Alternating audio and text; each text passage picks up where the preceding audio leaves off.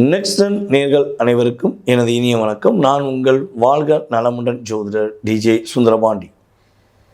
தற்போது என்ன விஷயம் நான் சொல்ல வந்திருக்கேன் அப்படின்னா, பொதுவாகவே பார்த்திங்கன்னா நம்ம ஒவ்வொரு மாதமும் கோச்சார கிரகங்கள் உங்களுக்கு கொடுக்க போகின்ற நன்மைகள் என்ன அப்படிங்கிறத பற்றி பேசுவோம்.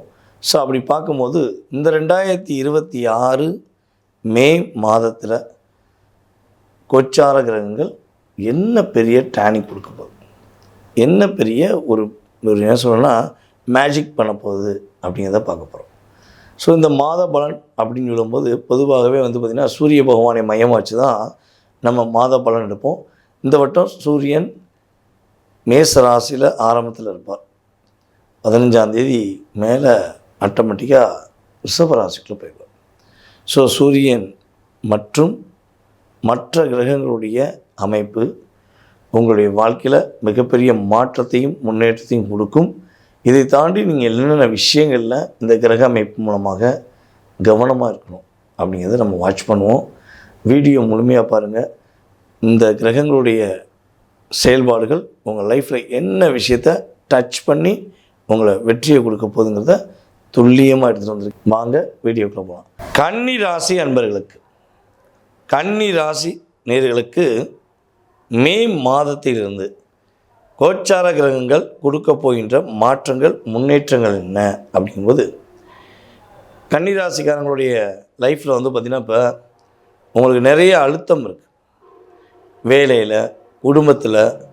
ஸோ அதே போல் பார்த்திங்கன்னா சில நபர்களுடைய சிந்தனை உங்களுக்கு புரியவே மாட்டேங்குது. என்ன நினைக்காங்கன்னே புரிய மாட்டேங்குது. உங்கள்கிட்ட ஒன்று பேசுகிறாங்க, வெளியே ஒன்று பேசுகிறாங்க. ஸோ உங்கள்கிட்ட ரியலாக புரிந்த மாதிரி உங்களை புரிய வச்சுட்டு உங்களை ஆட்டோமேட்டிக்காக குழப்பி விட்டுட்டு போயிடுறாங்க. ஸோ இந்த குழப்பத்தில் நீங்கள் இருக்க வேண்டிய சூழ்நிலை, இந்த நிலை மாறப்போகுது. நம்ம கன்னிராசிக்காரங்களுடைய குழப்பம், கவலை இதெல்லாம் ஆட்டோமேட்டிக்காக என்ன பண்ண போகுது, படிப்படியாக உங்களுக்கு குறைய போகுது. நீங்கள் எதிர்பார்த்த தன வரவுகள், இந்த பொருளாதாரம் நான் எய்ம் பண்ணியிருக்கேன், நான் இந்த அளவுக்கு சம்பாதிக்கணும்னு ஆசைப்பட்றேன், இந்த அளவுக்கு நான் தொழிலில் ஒரு வெற்றி பெறணும்னு ஆசைப்பட்றேன் அப்படின்னு அது எந்த அளவுக்கு நீங்கள் ஒரு தொகையை நீங்கள் எதிர்பார்த்து காத்திருக்கீங்களோ அந்த எதிர்பார்ப்பு இப்போ நிறைய பேர் போகுது. வேலை என்றால் பதவி உயர்வுடன் கிடைக்கும். அதே இது பார்த்திங்கன்னா உங்களுக்கு தொழில் என்றால் தொழிலில் புதிய புதிய வாடிக்கையாளர்கள் வருவது மூலமாக நீங்கள் எதிர்பார்த்ததை விட 2 மடங்கு எக்ஸ்ட்ரா அப்படிம்போம்ல. ஸோ அந்த அளவுக்கு தன வரவுகள் சிறப்பாக இருக்கக்கூடிய ராசியில் மே மாதத்தில் நீங்கள் தான் ஃபஸ்ட்டு பெஸ்ட் அப்படின்னு சொல்லலாம்.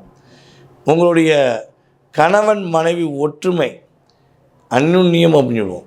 ஸோ அப்படிப்பட்ட சூழ்நிலையில் நிறைய பிரச்சனை இருந்துச்சு. நீங்கள் என்ன சொன்னாலும் உங்கள் பார்ட்னர் புரிஞ்சுக்கிற மாட்டாங்க. நீங்கள் உட்காந்து கிளிப்பிள்ளைக்கு சொன்ன மாதிரி உட்காந்து சொல்லியிருப்பீங்க, இப்படி பண்ணுங்கள், இப்படி பண்ணுங்கள், இதை செய்வோம், அதை செய்வோன்னு.